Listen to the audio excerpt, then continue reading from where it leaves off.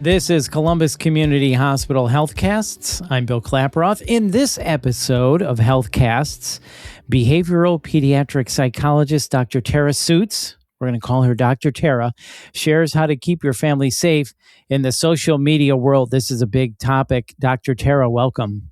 Hi, thank you. Thanks for having me. You bet. Good to see you as always. So let's start with this, Dr. Tara. What are the most common challenges parents face when raising children in the era of social media, and how can these be managed more effectively? Yeah, so I think one of the first challenges is that this is essentially uncharted territory for most parents, and we're kind of making it up as we go. Most people who are parents now did not grow up with social media, so they weren't parented through that. So we're trying to create the roadmap as we're kind of stumbling along the way. And I think another piece of that is parents don't always know what they don't know. For example, there's lots of sneaky ways that people with bad intentions are trying to access kids through what seems like a clean app like Instagram, and parents don't necessarily know that that's even happening. And then it's constantly changing. So as soon as we do feel like we know something, everything starts to shift and privacy settings change and a new app shows up on the market. So it's hard to keep up with. And then the apps and the phones themselves are really kind of designed against us as adults. So some of these apps are intentionally deceptive, where maybe it looks like a library app, but it's actually an app that is meant to be used to share inappropriate photos. And then the phone itself, these phones are not designed for kids. They're designed for adults. And so they are sold with every setting wide open. Every gate is open. And so if parents want to go through and set up limits, they have to go into almost every setting and make changes. And so how do you even know what you all need to change? So you could easily accidentally leave a gate open that causes all sorts of problems. And so that's just very tricky. And then you get a lot of pressure from kids, right? Take Snapchat, for example. That's honestly probably how most teens are talking to each other. They're not using texting like adults are. They're using Snapchat for the most part. And so you run into situations where the whole soccer team is using Snapchat. And if you're trying to stop your child from being on Snapchat, but then how are they going to communicate with their team and know what color of socks they're supposed to wear and those kinds of things? So it's really tricky. And then I think as parents, we don't always have great habits ourselves. And so we're struggling with the same thing as we're trying to parent our kids through it. So I think, how do we help with that? I think first we have to educate ourselves and we have to stay on top of it, knowing that it's constantly going to be changing. I also think we have to empower parents to be in a position where they can parent, right? You are allowed to make rules about your screen time. Screen time is not a need. Humanity survived for a very long time without screen time. So drawing those boundaries, defining what is normal for your household, creating community. Like if you're talking to your child's friends' parents and you guys are kind of on the same page about, yeah, I'm not going to let so-and-so get Instagram until they're 14. And then the other parents are agreeing with that. Then your child feels like they're not missing out on as much if their friends aren't even doing this. And then I think communicating with your child. Communication is just huge. Leveling with them and being on the same page in terms of values and the why behind the rules that we're making. Yeah, it's a kind of a minefield out there. There's a lot to deal with, Dr. Tara. So, really good advice. Stay on top of it, set rules, draw boundaries. As you said, try to create community and then communicate with your child on the whys of why all of this is important. So, let me ask you this. What role does social media play in shaping a child's self esteem and mental health? And how can parents encourage healthy online habits? Yeah, there's a huge connection. So there is a definite correlation between the rise of social media, specifically on smartphones. And this is different from kind of widespread internet access. So, widespread internet access maybe started in around 2001. And then we see Facebook becoming a little bit more popular around 2004, 2005 time range. And it really starts to pick up a little later from that. Around 2010, we start to see social media apps becoming available on smartphones. And by probably 2012 or so, you're seeing almost the majority of kids having access to that.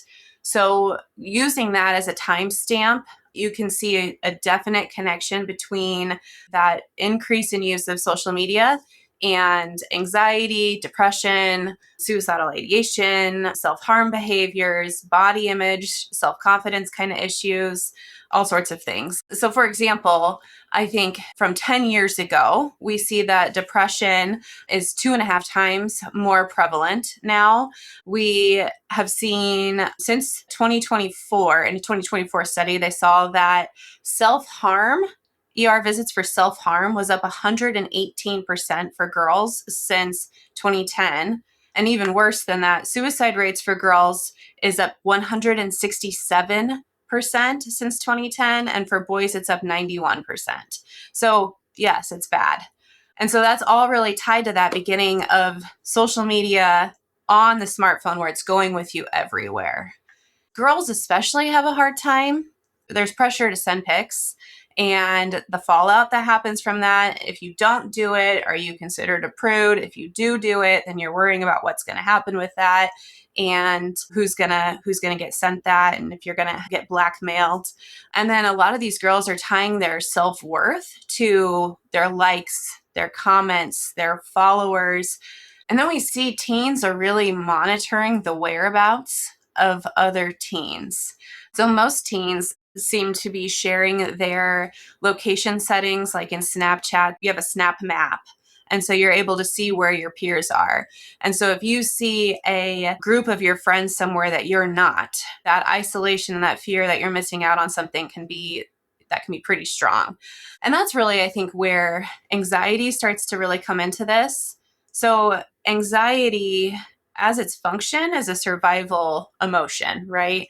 So back in the days of the cave people, well before smartphones and social media, anxiety helped to keep us alive, right? So if you were out wandering around and you saw this big furry thing off in the distance, you're much more likely to survive if seeing that animal strikes a little bit of fear in you and you either run away or you are preparing to fight off that animal, right? And so that's kind of the origin of some of that fight or flight response. But it's not just about physical danger, it's also about social danger. So if you're part of your caveman tribe and the other cave people decide that they don't like you anymore, they're probably not going to let you sleep in the cave. And if you are forced to sleep outside, you're probably going to get eaten and die, right? So social connectedness, social death is just as risky because we really need to stay part of the group. And so that anxiety really gets spiked for kids because now there's so many more windows as to, am I part of the group? And then you take it to kind of that comparison, right? So we're constantly analyzing ourselves. Are we good enough? And is the group going to continue to like me? Am I doing what everyone else is doing? Am I attractive enough? Is my lifestyle attractive enough? And so there's all this anxiety that's wrapped up into the social media use. Wow, so much more for parents to deal with in this day and age, even compared to 15 or 20 years ago before social media. You talked about depression, anxiety, suicidal tendencies for parents and kids alike. Again, a lot of minefields out there for them to try to manage and navigate. It really is tricky. So, are there recent studies linking excessive social media use with developmental or behavioral issues in children and teens? Yes, there are a lot. I think first and foremost, like when we talk about development just as a whole, social media is the laws around social media. The Children's Online Privacy and Protection Act says that kids need to be at least 13 to be on social media. And that law is not so much about safety per se, it's more about whether or not a company is allowed to sell a child's data. But we still know that that younger age group is much more vulnerable. So even if that's not the intent of that, it's not the intent of the law is not necessarily about safety. We still want to be kind of protecting those younger kids. However, even with that minimum age being 13, we see that about 40% of 8 to 12-year-olds are on social media anyway. So another thing to kind of think about is that age group is so vulnerable. So when, they're on Instagram and some, creep pops into their DMs and is like, "You're such a pretty girl. Can you send me some pictures?" They're a lot more vulnerable to those kind of statements. Or there's a lot of nasty things that happen in terms of what these kids get sent online. And Roblox is another example where there's a lot of predatory behavior going on there. But even with all the privacy settings kind of set in place, predators can still get to kids. Like, even if you have a private profile, if they go and like a picture or something like that, then basically that's a little stamp out there that someone else can click on their profile and they can send them a message, even if they're not friends, even if their profile is on private. So that age group, like girls, that age group of girls under 14 probably are really heavily targeted by creepy people online. And even kids' YouTube is problematic. So, kind of going back to the Children's Online Privacy and Protection Act, the kids' YouTube isn't necessarily designed as the side benefit that they talk about is that there's better moderated content and there's not as much weird adult stuff on kids' YouTube, which is true to an extent. But the whole purpose of kids' YouTube is to have YouTube without selling the child's data. And so we can't just kind of blindly trust that everything that you're going to see on kids' YouTube is going to be kind of up to par with what parents want their child exposed to. So when we talk about developmental or behavioral issues, how does this affect things like sleep? Yeah. So we see sleep hugely impacted. There was a meta analysis, I think, at 36 studies that shows a significant correlation between sleep and high social media use. And so part of that is because of just habits, right? We're up late and we're scrolling. And I think as an adult, you can tell where it's hard to shut it down sometimes and you just kind of keep going for a while. So if it's hard for adults, it's obviously hard for kids. And then you've got kind of that emotional activation. And so that gets in the way of sleep. The blue light content might trigger some anxiety. But then we see this impact on health where kids are having impaired task performance, more car accidents, weight gain, immune problems. They're irritable and anxious. It's a huge trigger for mental health concerns. Sleep and depression are totally tied up with each other. And then when you think about how much time kids are spending, I'm going to read you a few stats from a 2025 survey by Common Sense Media. So for 2 to 4-year-olds, we're seeing average daily screen time is 2+ hours. For 5 to 8-year-olds, it's almost 4 hours every day. For 8 to 12-year-olds, it's 4.5 to 6 hours. And for teens, it's 13 to 18, or for teens 13 to 18, it's 7.5 to 9 hours. So of course it's going to interfere with sleep, and it's replacing a lot of other things too. Physical activity, being connected with people around you, reading, communication. We're seeing, kind of going back to developmental and behavioral concerns, we're seeing lower reading scores, vocabulary scores, memory scores, lower developmental index kind of numbers. So many things. And I would imagine attention spans too this really affects it. The continual scrolling just teaches them short attention spans too. Yeah, especially when videos are 15-second videos and then you're ready for the next one. But we do see that kids on average are getting about one interruption every minute. So they are constantly being pulled to switch their attention between what they're doing, screen time, what they're doing, screen time. And so that attention fragmentation is really harmful to their attention spans. And I think probably any teacher can back me up on that. Yeah, for sure. And then as we talk about the ways that social media can hurt or damage children, we're talking about developmental or behavioral issues. How about addiction? Yeah, so we see it tied to addiction in a very strong way. It's lighting up the same areas of the brain. We have the same kind of dopamine response happening for addiction with phones that we do with other substances, really. So, dopamine is not a satisfaction transmitter, it's we want more. And so it drives the kind of the hamster wheel of doom scrolling, essentially. And it's intentionally designed that way. So, an intermittent variable reinforcement schedule. And so, what that means is that you might not get rewarded every single time that you scroll to the next video. It might not hit the spot for you. It's a little bit unpredictable. But because it's unpredictable, it drives the behavior to keep going much more. And we see that nearly half of kids, there was a Pew Research study done, about half of kids said that they're online almost constantly, and about 25% of kids are actually meeting criteria. 25% of teens are actually meeting criteria for social media addiction. So it's significant for sure.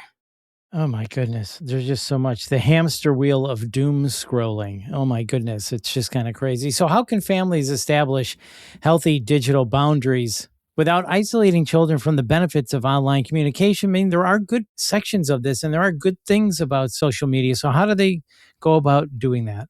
Yeah. And I think that's important to kind of think about. Our purpose of maybe getting online is to have connection with other people, but the data is actually not very supportive of there being benefits to social media. There are a lot of research studies showing the downsides, the harms to kids, but there's actually very little showing the benefits.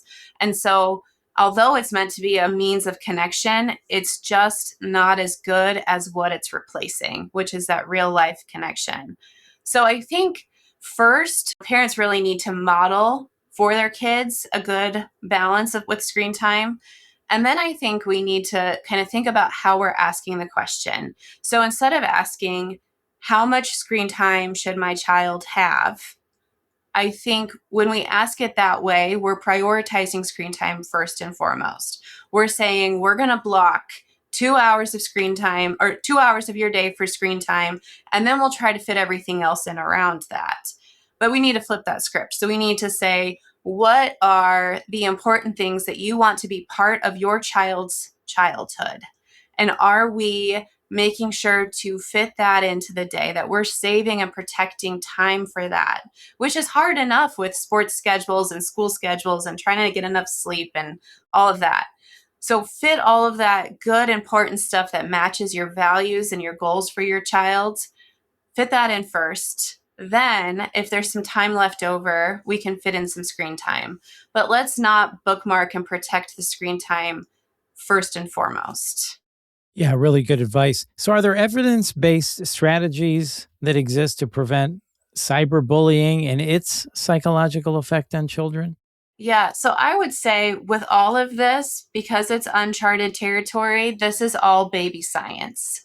So there are almost no longitudinal studies on these kinds of things. We're just essentially trying to take what we've been doing and find ways to adapt it to this new world that we're in. But yeah, cyberbullying has increased significantly and it's tied to severe psychological problems, depression, anxiety, suicidal ideation. And it's the cyber stuff is even harder because it's anonymous. It happens 24/7. Instead of leaving the bully at school, you're bringing them home in your pocket.